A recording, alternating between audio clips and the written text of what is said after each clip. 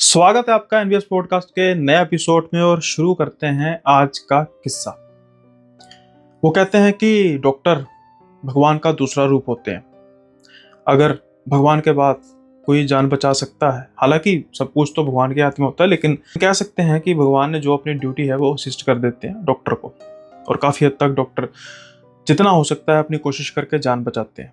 हालांकि आजकल जो न्यूज़ आती है या हम अपने आसपास भी देखते हैं कि सिर्फ कुछ डॉक्टर्स की वजह से इस पेशे को भी दाग लग गया है, लेकिन इसका मतलब ये नहीं कि डॉक्टर एक प्रोफेशन खराब पेशा है। कई डॉक्टर जहां आजकल जिनकी जो होड़ है सिर्फ पैसा कमाने में लगी है, लेकिन कुछ डॉक्टर ऐसे भी होते हैं जो पैसा तो कमाते हैं अपनी काबिलियत की वजह से, लेकिन उनका ध्यान सेवा की तरफ भी हमेशा लगा रहता है। ऐसे ही डॉक्टर हैं संजय का जो किस्सा है वो भी अपने आप में एक अजीब किस्सा है। हालांकि कईयों के साथ अगर ऐसा कुछ हो जाए तो लोग दिल भी हार जाते हैं, कुछ लोग अपना प्रोफेशन छोड़ भी देते हैं, लेकिन संजय के साथ जो ये वाक्य हुआ उसके बाद संजय डटे रहे, यही अपने आप में एक बड़ी बात है। लेकिन ऐसा भी क्या हुआ कि एक बार तो कम से कम संजय को उस हादसे ने झंझोड़ कर रख दिया। संजय, जैसा मैंने कहा कि एक डॉक्टर है पेशे से और मुंबई के आउटर साइड पे रहते हैं, यानी मेन बिल्कुल जो मुंबई है, जो बिल्कुल मेन सिटी है मुंबई की, वहाँ नहीं, एक ऐसे इलाके में रहते हैं जहाँ पर कुछ जो आबादी है वो मिक्स है, जहाँ एक और बड़ी बड़ी कॉलोनीज हैं, वहीं दूसरी ओर जैसे जैसे मुंबई के बाहर जाते जाते हैं वैसे वैसे कुछ बस्तियाँ वगैरह आती जाती हैं। अब संजय काफ़ी समय से एक हॉस्पिटल में काम कर रहे थे। उनका हमेशा ये विचार बना रहता था कि वो अपना क्लिनिक खोलेंगे, लेकिन कहाँ खोलेंगे, कब खोलेंगे, ऐसा कुछ उन्होंने बहुत ज़्यादा उसके लिए प्लानिंग की नहीं थी। लेकिन एक बार कुछ ऐसा होता है कि जिसके बाद संजय की ज़िंदगी का रुख ही बदल जाता है। उनके हॉस्पिटल से, जो बेसिकली मुंबई था, तो बाहर की तरफ एक बस्ती थी जहाँ पर कुछ शायद पानी की वजह से, खराब पानी की वजह से एक बीमारी फैली और कई लोग बहुत ज़्यादा बीमार हो गए और कुछ की तो मौत तक हो गई। जब शुरुआती बिल्कुल जांच की गई तो ये पता चला कि जिनकी मौत हुई भी है उनको भी बचाया जा सकता था, लेकिन उनके परिवार वालों से जब बात की गई तो पता लगा कि आसपास हॉस्पिटल तो दूर, कोई ढंग का क्लिनिक भी नहीं है जहां पर बिल्कुल जो स्टार्टिंग में दवाई अगर मिल जाती तो शायद जान बचाई जा सकती। इस बात ने संजय को झंझोड़ कर रख दिया। उसने सोचा कि इतनी पढ़ाई, इतनी जो मेरे पास काबिलियत है वो किस काम की कि जब हम किसी की जान ही न बचा सकें। उन्होंने इस बात को काफ़ी पर्सनली लिया और उनके मन में फिर एक विचार आया।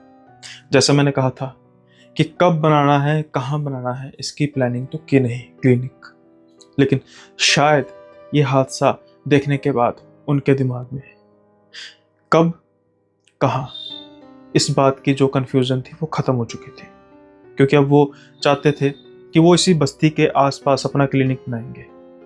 उन्हें काफ़ी लंबा सफ़र तय करके अपने शहर से आना पड़ना था यहाँ पे, और साथ के साथ ही उस बस्ती में लोग इतने अमीर भी नहीं थे कि उनकी एक अच्छी तरीके से कमाई हो सकती है। लेकिन शायद उन्होंने समझा कि यही परमात्मा का एक आदेश है कि मैं यहाँ पर लोगों की सेवा करूँ। प्रैक्टिस जो है वो घर पर भी कर लिया करेंगे, आधा समय यहाँ बिताया करेंगे, आधा समय घर पर भी हम शुरू कर लेते हैं। और काफ़ी समय से हॉस्पिटल में काम करने की वजह से एक अच्छी खासी रकम तो उनके पास हो ही गई थी, जिसकी वजह से उन्हें बहुत ज़्यादा कोई ऐसी समस्या नहीं थी कि उनके पास कि धन वगैरह जो है वो कम पड़ जाएगा। और यह भी काफ़ी कुछ उन्होंने सोचा था कि इन केस कम पड़ा भी तो हुनर थोड़ी ना जाएगा, फिर से किसी हॉस्पिटल में काम करने लग पड़ेंगे। अब जब वो इस बस्ती में गए, उनको इस बस्ती में बिल्कुल भीड़ी भीड़ी गलियां, तंग गलियां और हर तरफ तकरीबन अनहाइजेनिक वातावरण था, जहां पर क्लिनिक बनाना तो दूर, उसके बारे में सोचना ही गुनाह था। अब जब इस सारे रास्ते का जब इस सारी बस्ती का मुआयना कर रहे थे डॉक्टर साहब, तो उनकी नज़र पड़ती है एक किले नुमा चीज़ पर जो तकरीबन खंडर हो चुका था, लगभग खंडर हो चुका था। कह सकते हैं कि बस अब उसके गिने चुने अवशेष बचे थे।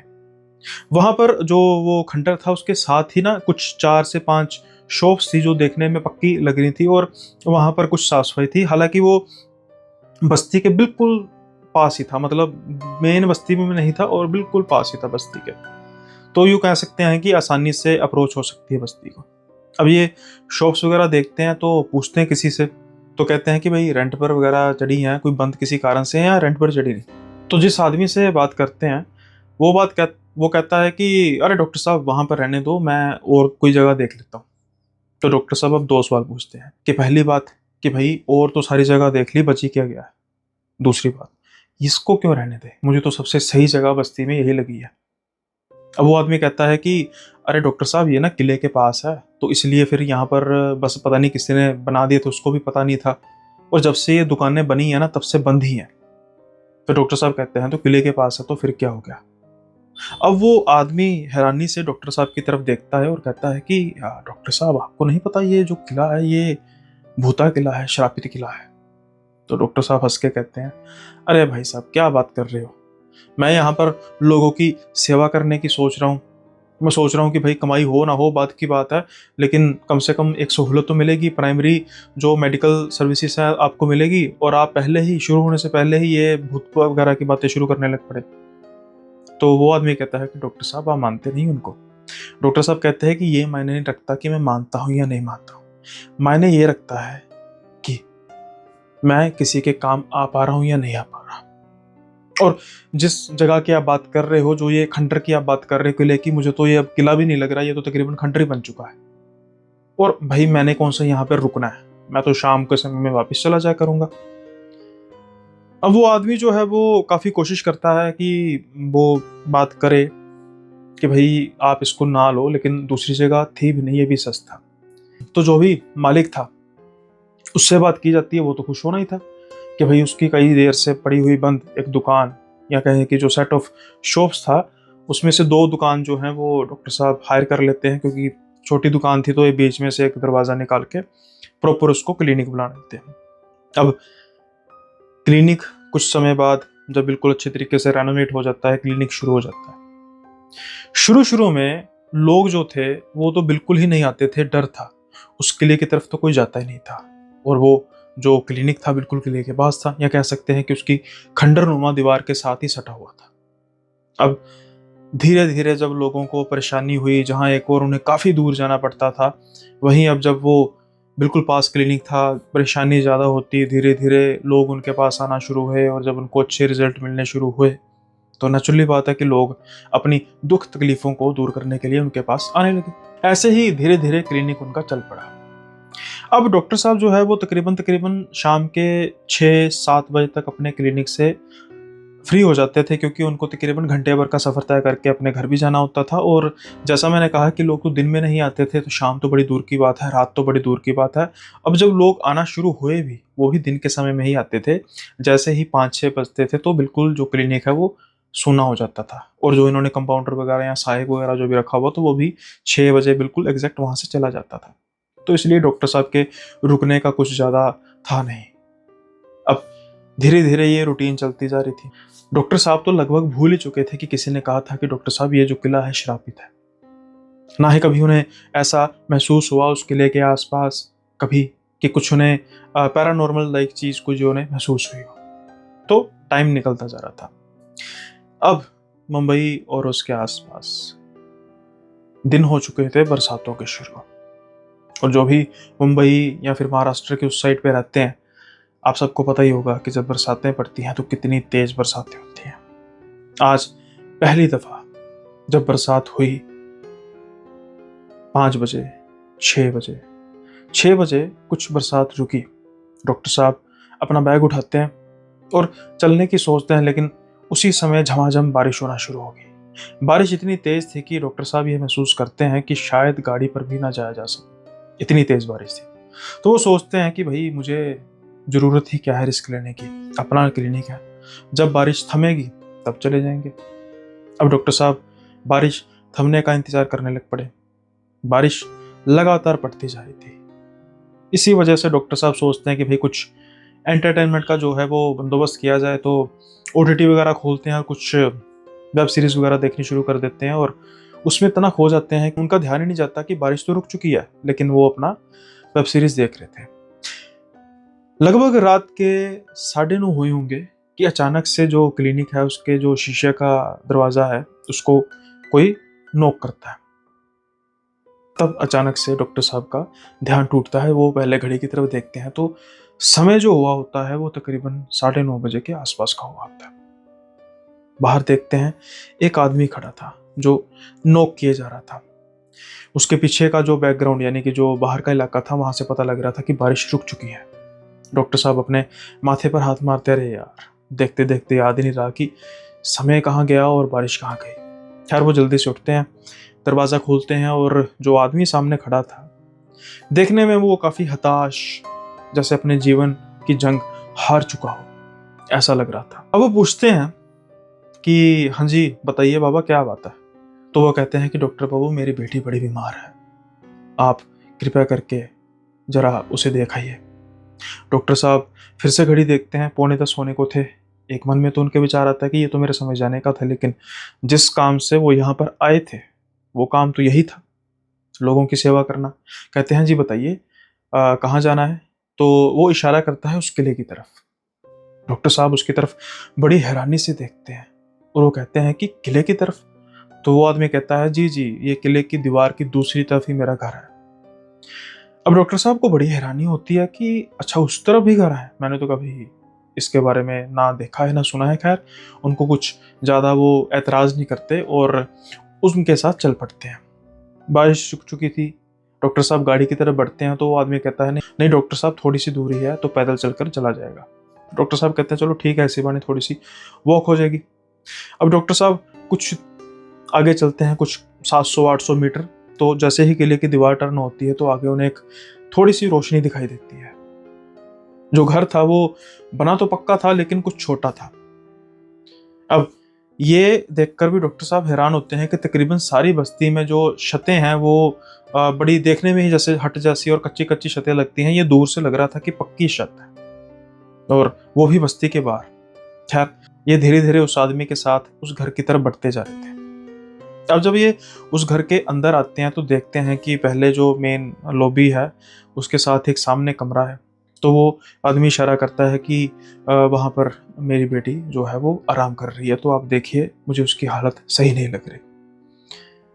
अब डॉक्टर साहब धीरे धीरे उस कमरे की तरफ बढ़ते हैं और जो आदमी को फॉलो कर रहे थे वो दरवाज़ा खोलता है तो वो देखता है कि एक चारपाई पर कोई लेटा हुआ है कंबल ओढ़ के और पास ही एक औरत बैठी है, पॉसिबली उनकी माँ हो सकती है लड़की की। ये जाके उसके पास खड़े हो जाते हैं और सिंबॉलिकली इशारा करते हैं कि हटाइए कंबल, लेकिन वो दोनों जाने यानी मियाँ बीबी बस सन के सन खड़े हुए थे कि जैसे शायद वो इंतजार कर रहे थे कि वो कंबल हटाएं। अब जब डॉक्टर साहब आसपास देखते हैं तो शायद समझ जाते हैं कि मुझे ही कंबल हटाना पड़ेगा। अब जब वो कंबल को हटाते हैं तो वो देखते हैं कि एक लड़की कुछ 22 वर्ष के आसपास होगी, बेहद खूबसूरत। और वो जब महसूस करते हैं तो उसका जो चेहरा था हल्का हल्का नीला पड़ा हुआ था। बाजुओं की तरफ देखते हैं, जो हाफ बाजू थी मतलब उसने सूट डाला हुआ था वो भी हल्के हल्के नीले। पहले तो डॉक्टर साहब दहल जाते हैं कि कहीं काम तमाम तो नहीं हो गया, लेकिन जब वो उसकी कलाई यानी नब्ज को टटोलने की कोशिश करते हैं तो सबसे पहले डॉक्टर साहब को क्या महसूस होता है कि वो जैसे बर्फ की तरह ठंडी पड़ी हुई थी। डॉक्टर साहब का तो दिल ही दहल जाता है कि ये तो डेड है। लेकिन अब वो उसके बिल्कुल नाक के पास आगे उंगली करते हैं ताकि समझ सकें कि शायद सांस चल रही है या नहीं चल रही। लेकिन जैसे ही वो नाक के आगे उंगली करते हैं तो सांसें चलने महसूस हो रही थी। डॉक्टर साहब को तसल्ली होती है थोड़ी सी, लेकिन एक बात से वो इतने हैरान थे कि आखिर इतना शरीर ठंडा इंसान जिंदा कैसे हो सकता है। खैर उनके दिमाग में सबसे पहले ये बात आती है कि मोस्ट पॉसिबली बीपी डाउन होगा, लेकिन इतना ठंडा शरीर तो उसमें भी नहीं होता। खैर वो जल्दी से इंजेक्शन लगाते हैं और उसके बाद वेट करते हैं। कुछ समय बाद बॉडी जो है वो हल्की हल्की हिलती है।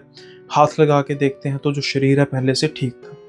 अब डॉक्टर साहब कहते हैं कि कुछ नहीं, मुझे लग रहा था कि बीपी लो की प्रॉब्लम है, आप ऐसा कीजिए। कुछ मेडिसिन वगैरह उन्होंने दे दी और उसके बाद फिर डॉक्टर साहब कहते हैं कि कल मैं फिर देखने आऊँगा, तो आप इन केस कोई समस्या होती है तो फ़ोन नंबर अपना दे देते हैं।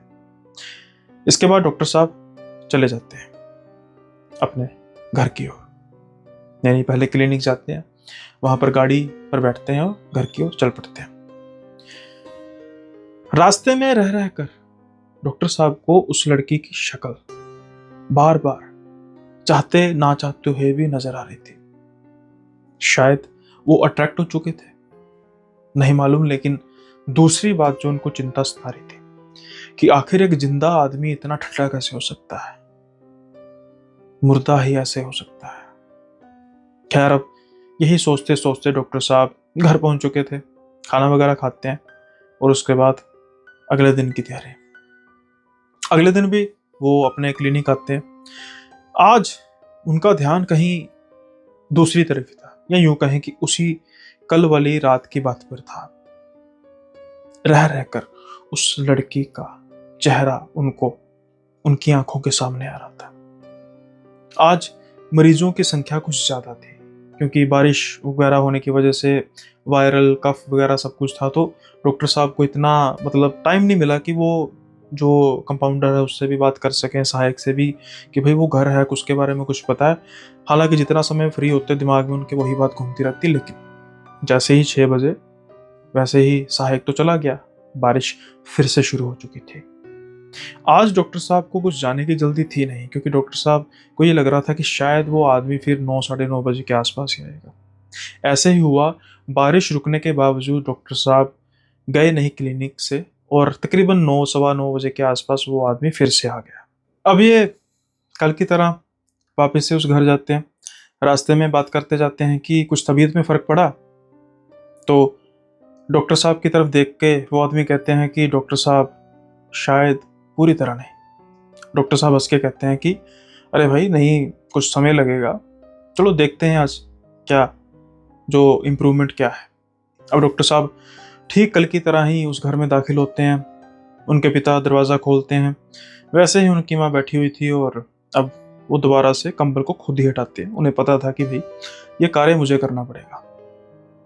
आज फिर से जब उसको हाथ लगाते हैं तो फिर से वही महसूस होता है कि शरीर सर्द पड़ा हुआ है। खैर, डॉक्टर साहब को अजीब तो लगता है, लेकिन फिर से वो इंजेक्शन देते हैं और चले जाते हैं। डॉक्टर साहब को महसूस तो होता है कि कुछ तो गड़बड़ है। उनके दिमाग में चल रहा होता है कि इसको हॉस्पिटल शिफ्ट कर देना चाहिए, रिकमेंड कर देना चाहिए, लेकिन कुछ डॉक्टर साहब के शायद दिमाग में चल रहा था कि अगर ऐसा होता तो कल इंजेक्शन देने के बाद कुछ समस्या आ सकती थी, आज भी वैसे ही है। तब मैंने देखा था कुछ समय फर्क तो पड़ा था, चलो देखते हैं, एक आधा दिन और देखते हैं। अब फिर वो ही अपनी रूटीन घर जाते हैं। अगले दिन भी उनके दिमाग में काफ़ी बातें चल रही होती हैं, लेकिन क्लिनिक में पेशेंट ज़्यादा होने की वजह से कोई बात नहीं कर पाते किसी से भी। अब रात का इंतज़ार होता है, और रात के समय फिर वही आदमी अब आता है और डॉक्टर साहब उनके साथ चल देते हैं। आज वो आदमी थोड़ा सा खुश लग रहा था, और डॉक्टर साहब उसकी खुशी को देखकर, उसकी चेहरे की स्माइल को देखकर पहचान जाते हैं कि शायद फर्क पड़ गया। और वो पूछते हैं कि हाँ जी, कुछ लगा फर्क? तो वो कहते हैं हाँ, अब तो कुछ ठीक है। आज डॉक्टर साहब जब पास जाते हैं, उस कमरे में जाते हैं, तो देखते हैं कि वो लड़की जिसका नाम साक्षी था, वो बस बैठी हुई थी, और वो डॉक्टर साहब की तरफ देख के मुस्कुराती है। डॉक्टर साहब भी जो जेन्युइन स्माइल होते हैं, जैसे डॉक्टर पेशेंट को देख के एक पॉजिटिव स्माइल देते हैं, वैसे करते हैं और कहते हैं कि हाँ जी, अब पहले से ठीक महसूस कर रहे हो। जैसे ही वो ये बात करते हैं, तो जो चेहरे पर मुस्कान थी साक्षी की, वो अचानक कहीं गायब हो जाती है। डॉक्टर साहब हैरान होते हैं, वो पूछते हैं क्यों, क्या हुआ, ठीक महसूस नहीं कर रही? तो वो लड़की कहती है डॉक्टर साहब, मैं कभी ठीक नहीं हो सकती। एक बात डॉक्टर साहब ये महसूस करते हैं कि जो वो औरत थी, यानी कि इनकी माँ, साक्षी की माँ, वो तीनों दिनों लगातार बस एक जैसे बुत बनकर ही बैठी हुई हैं। ना ही वो डॉक्टर साहब को उसने देखा, ना ही उसने कोई बात की, बस जैसे मानो कि उसका कोई किरदार ही नहीं। उसका, या यूं कहें कि सिर्फ एक ही किरदार है कि बस ऐसे बैठे रहना। खैर डॉक्टर साहब का तो ताल्लुक पेशेंट से था, और डॉक्टर साहब कहते हैं कि कुछ तो महसूस हुआ होगा, आज तुम उठकर बैठी हुई हो। उसकी कलाई पकड़ते हैं जो पहले से कुछ नॉर्मल थी, हाँ सरद थी लेकिन पहले से कम। डॉक्टर साहब कहते हैं मुझे पहले से बेहतर लग रहा है, लेकिन वो लड़की की आंखों में आंसू थे। वो कहते हैं कि कभी मैं ठीक नहीं हो सकती। डॉक्टर साहब कहते हैं कोई बात नहीं, मैं कल फिर आऊंगा, और अगर कल तुम्हें कुछ ज्यादा फर्क ना पड़ा तो फिर हॉस्पिटल ले चलेंगे। वो डॉक्टर साहब को कहती है कि डॉक्टर साहब कल जरूर आइएगा, मैंने कुछ आपको दिखाना है। डॉक्टर साहब असमंजस में पड़ जाते हैं और कहते हैं कि मैं समझा नहीं। वो कहती है कि वो तो कल आने पर ही आपको पता लगेगा। डॉक्टर साहब को कुछ अजीब महसूस तो होता है, लेकिन खैर वो वापस कमरे से बाहर आते हैं। उनके जो पिता थे लड़की के, वो इंतजार कर रहे होते हैं। जब डॉक्टर साहब बाहर आते हैं तो वो अपनी जेब में से कुछ पैसे निकालते हैं और डॉक्टर साहब को देते हैं। डॉक्टर साहब मना करते हैं, कहते हैं नहीं नहीं कोई बात नहीं, जब बिल्कुल ठीक हो जाएगी लड़की फिर मैं ले लूंगा। लेकिन जिद करने के कारण डॉक्टर साहब को पैसे लेने पड़ते हैं। लेकिन डॉक्टर साहब एक बात पूछते हैं उनके पिताजी से कि लड़की को कुछ गम है, कोई स्ट्रेस है, कुछ दिक्कत है? तो उनके पिताजी कहते हैं कि कुछ कहानियां, किस्से अधूरे रह जाते हैं डॉक्टर साहब, शायद उसी वजह से। अब उसके पिता की गोलमोल बात सुनने के बाद डॉक्टर साहब जानना तो बहुत कुछ चाहते थे, पूछने की कोशिश भी करते हैं, लेकिन पिता की तरफ से कोई पॉजिटिव रिस्पॉन्स ना आता देखकर वो अपने रास्ते चलना ही पसंद समझते हैं। क्योंकि जैसे कि उस लड़की ने खुद ही कहा था कि कल डॉक्टर साहब आप जरूर आइएगा, मैंने आपसे कोई बात करनी है। अब अगली रात का इंतजार शायद डॉक्टर साहब को सबसे ज्यादा बेसब्री से था। वो बस बार बार अगले दिन अपने क्लिनिक में घड़ी की तरफ देख रहे थे कि कब रात का समय हो और कब मैं जाऊं उस घर में। क्या कहना चाहती है साक्षी मुझे? खैर समय होता है, ठीक तकरीबन 9 सवा 9 के आसपास उसके पिता आते हैं। वो नॉक करते हैं, डॉक्टर साहब क्लिनिक का दरवाज़ा खोलते हैं और उनके साथ चल देते हैं। अब जब वो जाते हैं तो बस आज कल की तरह ही वो बैठी हुई थी साक्षी, और डॉक्टर साहब को कहती है कि डॉक्टर साहब बहुत शुक्रिया आप आ गए। तो डॉक्टर साहब सबसे पहले पूछते हैं पहले तबीयत का बताओ, ठीक हो? वो बस एक स्माइल पास करती है, उसके अलावा कुछ नहीं। वो कहती है डॉक्टर साहब मैं आपसे कोई बात करना चाहती हूँ। तो डॉक्टर साहब कहते हैं कि बताओ क्या बात करनी है? वो लड़की कहती है यहाँ नहीं, बाहर।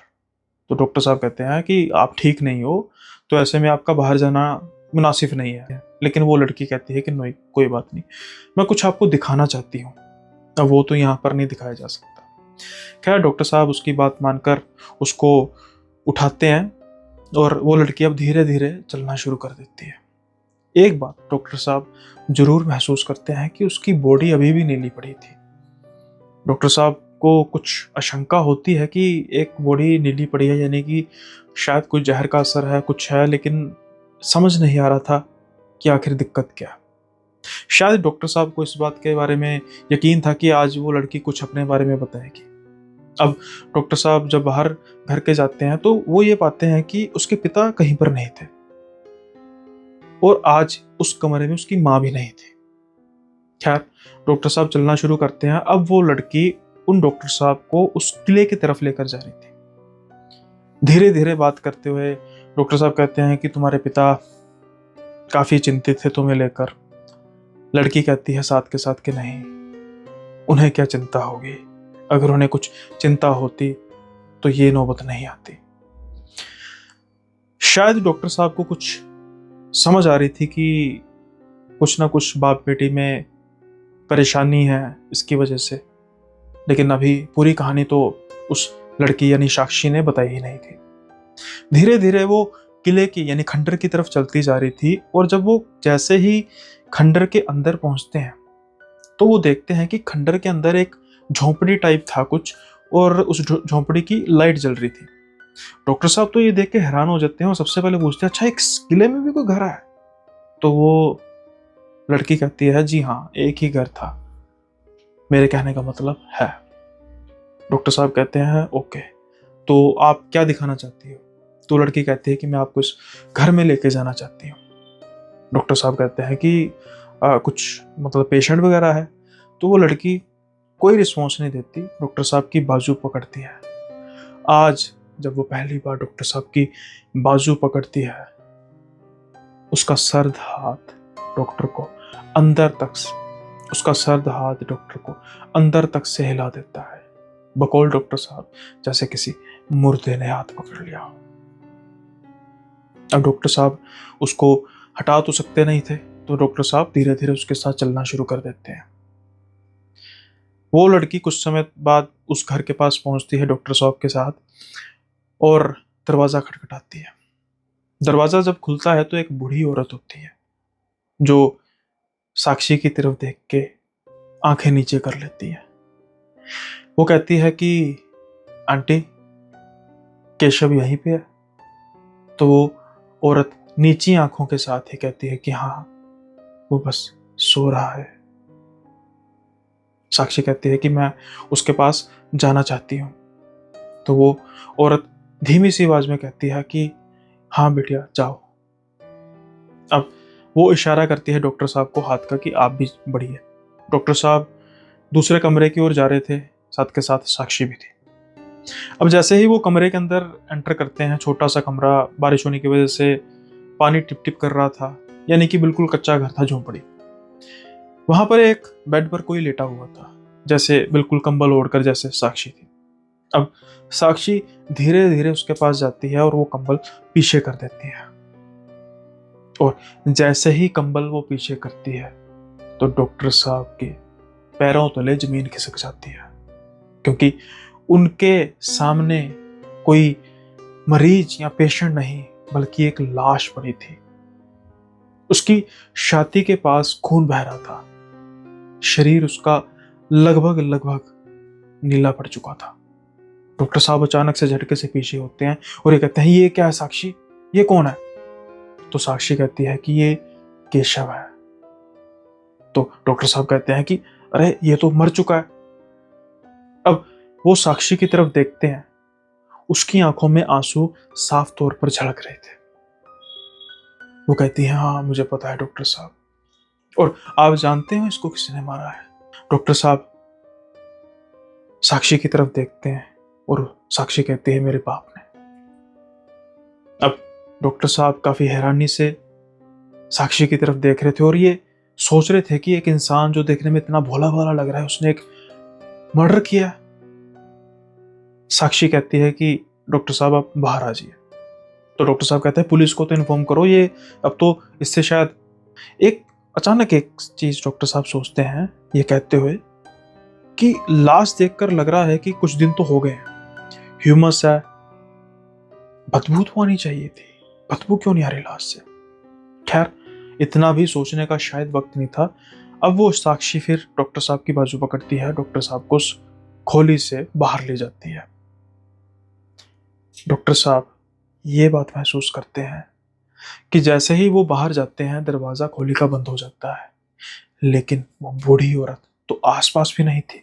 फिर खैर, अभी डॉक्टर साहब तो बस साक्षी के साथ चलते जा रहे थे और वो खंडरनुमा किले के बिल्कुल दीवार की ओर एक बेंच बनी हुई थी, वहां पर डॉक्टर साहब बैठ जाते हैं साक्षी के साथ, क्योंकि साक्षी कहती है कि मैंने कुछ और बात भी करनी है आपसे। फिर डॉक्टर साहब पूछते हैं साक्षी से कि तुम्हारा और केशव का क्या नाता है? तो साक्षी कहती है कि हम दोनों शादी करने वाले थे, लेकिन मेरे बाप को यह मंजूर नहीं था। पहले उन्होंने ही तो रिश्ता कराया, फिर उन्होंने ही केशव को मार दिया। साक्षी कहती है कि हम बचपन से ही एक दूसरे को अच्छी तरह जानते थे, खेलते थे। धीरे धीरे जब हम बड़े होने शुरू हुए तो हमारे माता पिता, यानी कि केशव के माता पिता, मेरे माता पिता, दोनों गरीब ही थे। हमारे माता पिता ने ये डिसाइड किया कि जब ये शादी के लायक हो जाएंगे तो हम इनकी शादी करा देंगे। यही सपने हमारी आंखों में थे कि एक दूसरे का होना है। लेकिन फिर कुछ दिनों में परिवर्तन हुआ, जहां एक और केशव के पिता अचानक एक दिन चल बसे बीमारी की वजह से। केशव की स्थिति, घर की स्थिति जो पहले से खराब थी, वो और खराब हो गई। वहीं दूसरी ओर मेरे पिताजी को पता नहीं क्या हाथ लग गया। वो तो बस एक फैक्ट्री में काम करते थे, ठीक उसी फैक्ट्री में जहां पर केशव के पिता काम करते थे। उन्होंने फैक्ट्री छोड़ दी और कुछ समय बाद उन्होंने बताया भी नहीं कि वो क्या काम कर रहे हैं, और धीरे धीरे करके हमारे घर में पैसा आने लग पड़ा। पहले हमारा घर भी ऐसे ही झुग्गी झोंपड़ी था, लेकिन इसी जगह पर फिर हमने पक्का घर तैयार कर लिया जो आपको नजर आता है। यकीनी तौर पर पिता शायद कुछ इल्लीगल काम कर रहे थे, क्योंकि इतनी जल्दी पैसा तो किसी गरीब के हाथ लगता नहीं है। अब जैसे जैसे हमारे घर में दौलत आती जा रही थी, मेरे पिता का अहंकार भी बढ़ता जा रहा था। जब हमारी शादी की उम्र नजदीक आई तो केशव की माताजी ने हमारे पिताजी से कहा कि अब वादा पूरा करने का समय आ गया है। लेकिन मेरे पिताजी, जो अहंकार में डूब चुके थे, वो काफी बेइज्जती करते हैं केशव की माँ की, और उन्हें काफी ज्यादा धुतकार कर अपने घर से निकाल देते हैं। ये बात मुझसे बर्दाश्त नहीं हुई। ना ही सिर्फ इस काम में मेरे पिताजी थे, बल्कि मेरी माँ ने भी कोई विरोध नहीं किया, बल्कि उन्होंने तो पिताजी का साथ दिया। मेरे माता पिताजी का दिमाग पैसे ने घुमा दिया था। और वहीं केशव और मैं अब एक दूसरे के बिना तो रह ही नहीं सकते थे। एक बार मेरे घर में खूब लड़ाई होती है और मैं साफ तौर पर कह देती हूँ कि मैं अब केशव के साथ ही रहूंगी। आपने शादी करानी है ठीक, नहीं करानी फिर भी ठीक। मैं घर से निकलती हूँ, सीधा केशव के घर जाती हूँ। केशव जब केशव जो घर में बैठा था, उसको पता लगता है कि मैं आई हूँ, वो काफी गुस्सा होता है मुझसे और कहता है कि तुमने बहुत बड़ी गलती कर दी। शादी होना ना होना बात की बात है, लेकिन अपने माता पिता से ऐसे नहीं लड़ना चाहिए। शायद मैंने जल्दबाजी में ये गलती तो की थी, लेकिन मुझे क्या पता था कि मेरे पिता इतने बेरहम निकलेंगे, इतने बड़े हैवान निकलेंगे। कुछ ही समय बाद वो जो दरवाजा है केशव का घर का, वो खटकता है। अभी केशव की माँ दरवाजा खोल ही रही थी, लेकिन वो दरवाजे को तोड़ देते हैं। 3-4 गुंडे बदमाश आते हैं, वो केशव पर हमला कर देते हैं और उसके सीने में चाकू घोंप कर भाग जाते हैं। मुझे पता था कि ये मेरे पिता का ही काम है। मैं रोती हूँ, कुर्लाती हूँ, लेकिन केशव वहीं पर दम तोड़ देता है। मैं घर जाती हूँ। मेरे बाप की मुस्कुराहट सब कुछ बयां कर रही थी। मैं बस खामोश। डॉक्टर साहब उसकी तरफ देखकर बड़ी ही हैरानी से ये सब कुछ सुन रहे थे। उनको लगा कि शायद ये कुछ दिनों की बात है, यानी जब से इनकी बेटी बीमार पड़ी है। अब वो उसकी अगली प्रतिक्रिया के बारे में सोच रहे थे कि अब क्या बोलेगी, लेकिन वो तो जैसे बस मूर्ति बनकर वहीं खामोश हो जाती है। वो कहते हैं कि साक्षी आगे बोलो क्या हुआ, लेकिन साक्षी बस आंखें डॉक्टर साहब की तरफ। अब डॉक्टर साहब थोड़े से हैरान हो जाते हैं। वो फिर से उसको कहते हैं साक्षी को कि साक्षी आगे क्या हुआ बताओ तो सही। लेकिन साक्षी, जैसे मैंने कहा कि वो अब कोई इंसान नहीं, जैसे कोई मूर्ति बनकर बैठी हुई थी वहां पे। डॉक्टर साहब हल्का सा स्पर्श करते हैं साक्षी को, फिर से वो पूरी तरह सर्द। डॉक्टर साहब उसको हिलाते हैं और साक्षी उस बेंच से गिर जाती है। डॉक्टर साहब के तो जैसे जमीन ही पैरों को तरह खिसक जाती है। वो जल्दी से साक्षी की नब्ज चेक करते हैं, उसकी सांसें चेक करते हैं। ना नब्ज चल रही थी, ना ही सांसें। डॉक्टर साहब जल्दी से उठ के भागते हैं घर की तरफ कि शायद कुछ जान बची हो। मैं देखता हूँ कुछ करके, इंजेक्शन लगा के, कुछ भी करके, शायद हो सकता है मेरा वहम हो। लेकिन जैसे ही वो घर के अंदर एंटर करते हैं, उसके पिता खड़े थे और वो कह रहे थे डॉक्टर साहब आप कहाँ गए। तो वो कहते हैं कि अरे साक्षी वहां पे गिर गई है, पता नहीं शायद बचेगी भी नहीं। लेकिन डॉक्टर साहब को उसके पिता कहते हैं कि साक्षी तो अंदर है। अब डॉक्टर साहब काफी हैरान होते हैं। अब उनके मन में परसेप्शन चेंज हो चुकी थी उसके पिता को लेकर, और गुस्से से कहते हैं अरे पागल हो गया क्या, अभी मैं देख कर आया हूं कि वो बेंच पर मेरे साथ बैठी थी और गिर गई, और तेरी करतूत भी पता लग चुकी है मुझे। वो तो चलो मैं बाद में देखता हूँ, पहले जल्दी से वो अपना सामान लेने के लिए दरवाजा खोलते हैं और देखते हैं कि कोई बेड पर लेटा पड़ा था।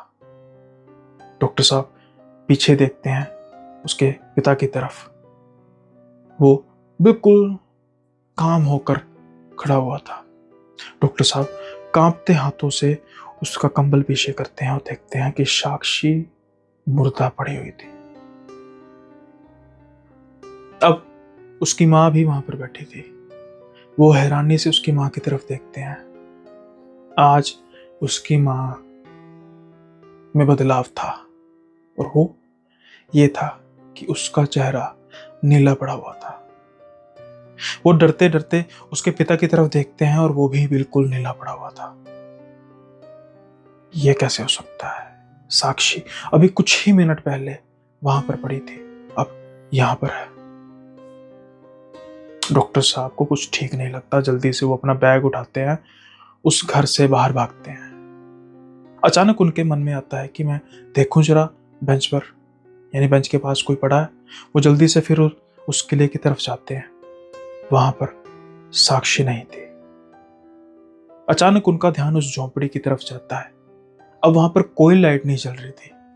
वो जल्दी से उसकी तरफ भागते हैं और वहां पर कुछ नहीं था, ना केशव ना उसकी मां। था तो बस एक खंडर नुमा स्ट्रक्चर जो कभी झोंपड़ी रही होगी। डॉक्टर साहब बस पूरी तरीके से तिलमिला चुके थे। उनको कुछ समझ में नहीं लग रहा था। वो बस भागते हैं। अब उस घर की तरफ देखते भी नहीं है साक्षी के, और जल्दी से अपनी गाड़ी में बैठते हैं। सारे रास्ते डॉक्टर साहब के दिमाग में सिर्फ एक ही बात चल रही थी कि साक्षी क्या सच में थी भी कि नहीं। क्या ये भूत प्रेत जो बातें कर रहे थे, वो आदमी बात कर रहा था, क्या सच था? ये है क्या सब कुछ? डॉक्टर साहब घर वापस जाते हैं। काफी तेज उनको बुखार था।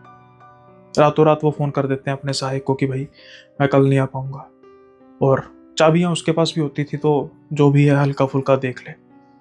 2-4 दिन ठीक होने में वो ले लेते हैं। अब जब वो ठीक होके जाते हैं क्लिनिक, तो फिर सहायक पूछता है कि डॉक्टर साहब इतने दिन कैसे लगा दिए?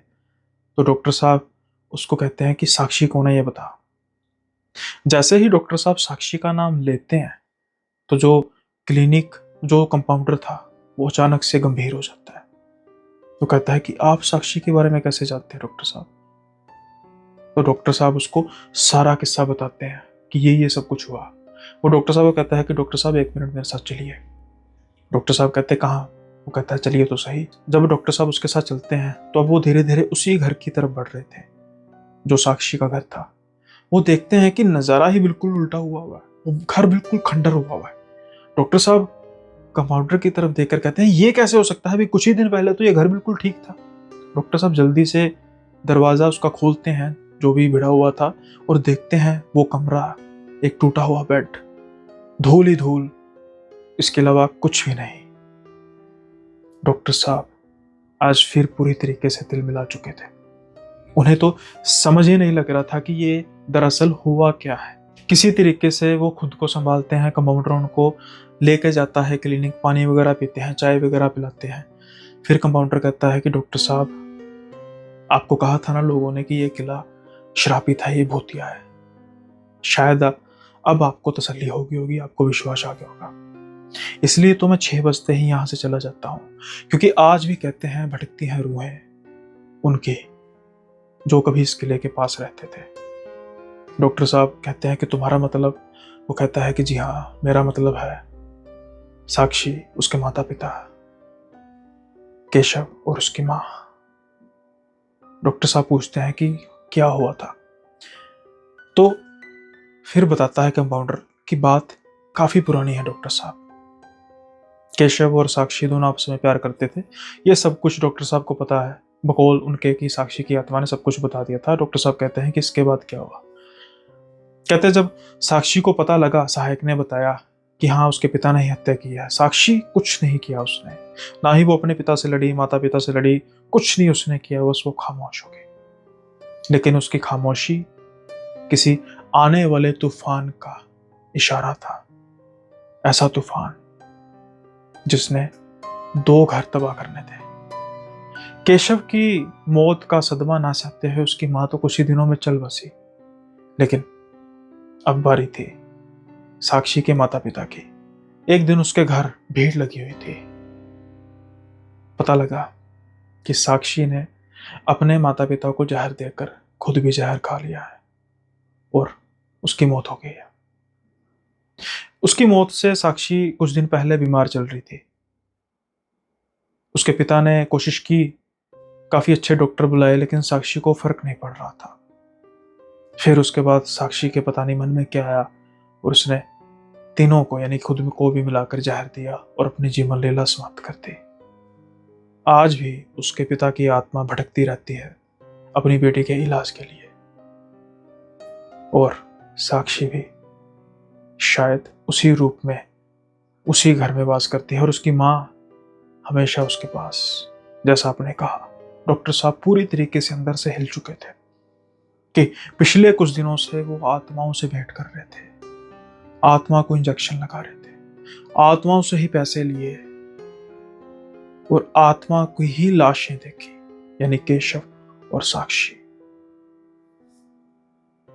किस्से के शुरू में मैंने एक बात कही थी, इतना बड़ा हादसा, इतना बड़ा एक वाकया हो जाए तो लोग ऐसी जगहों के दूर दूर तक नहीं भटकते जिसके साथ खुद हुआ हो, खास करके। लेकिन डॉक्टर साहब ने हिम्मत नहीं हारी। डॉक्टर साहब के मन में एक बात थी कि कुछ तो हुआ होगा साक्षी जो बीमार हुई, ठीक नहीं हो सकी और आत्महत्या कर ली। शायद अगर कोई काबिल डॉक्टर होता तो वो हादसा ना होता।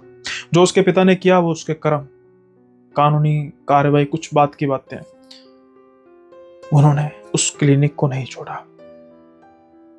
कई बार वो रात के समय में 9:30-10 बजे तक वहां पर बैठे रहते हैं, लेकिन उसके बाद कभी भी साक्षी के पिता नजर नहीं आए, ना ही साक्षी। बस वो शायद एक लूप था, शायद एक मेमोरी थी, एक याद थी, या एक आत्मा का गम था जो किसके साथ वो शेयर करना चाहती थी अपना दुख। वो दुख शेयर हुआ और वो तृप्त होगी, और शायद उसके पिता को भी ये तसल्ली होगी कि वो ठीक होगी, क्योंकि वो जब चलकर घर से बाहर गई तो शायद उसके पिता भी इस चीज को लेकर तृप्त हो गए। लेकिन ये याद डॉक्टर साहब के मन में हमेशा के लिए बस गई।